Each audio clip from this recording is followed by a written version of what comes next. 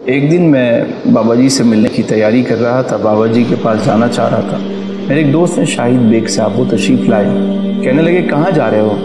میں نے کہا میں بابے سے ملنے جا رہا ہوں۔ کہنے لگے میں بھی ساتھ چلوں؟ میں نے کہا چلیے۔ ہم دونوں بابا جی کے پاس پہنچے، میں نے اپنی بات چیت کی جو مجھے کرنی تھی۔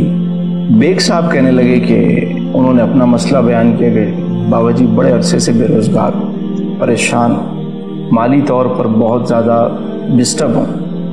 بابا جی اپنی ترنگ میں بیٹھے تھے، ایک ان کا اپنا مخصوص انداز ہے، اس میں تشریف فرما تھے۔ اب نے کہا اچھا کیا پریشانی؟ مالی طور پر ڈسٹرب، پیسے نہیں ہیں، روزگار نہیں۔ اب نے فرمایا جو کام میں تمہیں بتاؤں کیا تم کرو گے؟ جی حضور بالکل کروں گا، آپ کہیں میں پہاڑ سے چھلانگ مار دوں گا، میں تو ویسے ہی ڈسٹرب ہوں۔ بابا نے کہا نہیں اس کی نوبت نہیں آئے گی، بس جو تمہیں کام بتا رہا ہوں اس کو صحیح سے سنو اور اس پر عمل کرو، تمہاری یہ پریشانی ختم ہو جائے گی۔ بیگ صاحب کہنے لگے جی آپ فرمائیں۔ بابے نے جیب میں ہاتھ ڈالا تو کچھ پیسے نکلے۔ بابے نے جب اسے گنے تو وہ 2000 روپے تھے، بیگ صاحب کو پیش کیے، فرمایا کہ تم اس سے کپڑے کا بزنس کرو۔ بیگ صاحب کہنے لگے حضور 2000 میں کپڑے کا بزنس؟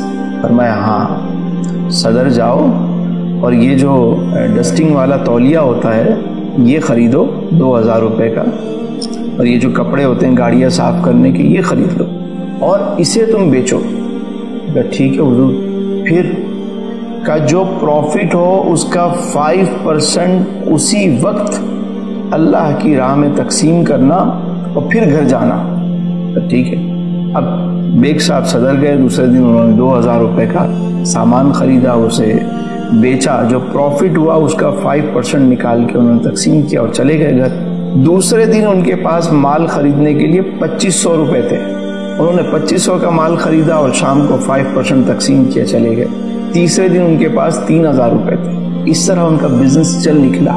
پھر کیا ہوا کہ انہوں نے ایک اسٹال لے لیا، ایک ٹھیا لے لیا وہاں پہ، اس کے بعد ایک دکان، پھر 2 دکانیں، پھر 4 دکانیں، کام چل نکلا، یہاں تک کہ ان کو 5% کو کیلکولیٹ کرنے کے لیے اور اس کا حساب کتاب رکھنے کے لیے ایک پوری ٹیم ہائر کرنی پڑی۔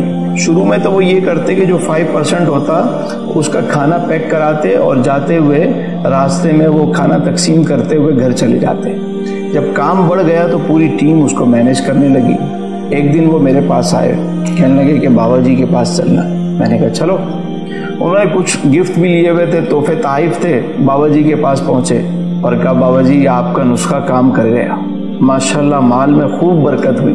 بابے نے کہا بیٹا زکوٰۃ تو سب نکالتے ہیں، زکوٰۃ نکالنے کا تو حکم ہے، مزہ تو جب ہے کہ اپنی وائٹ منی سے بھی خرچ کرو اور کوئی بزنس میں اللہ کے لیے کوئی حصہ مقرر کر لو، آپ دیکھو اس سے آپ کا بزنس گرو کرے گا۔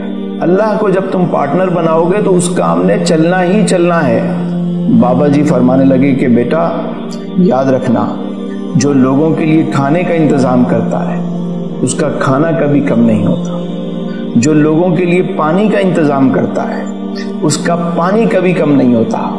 اگر تم چاہتے ہو کہ تم اور تمہارے بچے بیمار نہ ہوں تو لوگوں کے لیے علاج معالجے کا انتظام کر دو، مریض کے لیے علاج کی سہولت فراہم کر دو، اور اگر تم چاہتے ہو کہ تمہارے گھر کی عزت محفوظ رہے تو غریب کی بچیوں کے لیے چادر اور ان کے لباس کا انتظام کر دو۔ اگر تم چاہتے ہو کہ تمہارے علم میں اضافہ ہو تو لوگوں کو علم بانٹنا شروع کر دو۔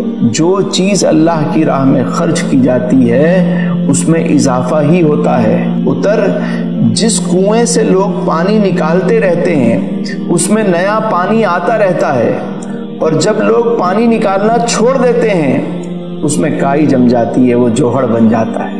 دیتے رہو گے آتا رہے گا، یہی فارمولہ ہے کامیابی کا۔ اگر آپ چاہتے ہیں کہ آپ کی زندگی آسان ہو، آپ کی زندگی میں آسانیاں آئیں، تو ہمارے چینل تسلیمیات کو سبسکرائب کریں اور اسے اپنی زندگی میں شامل کریں۔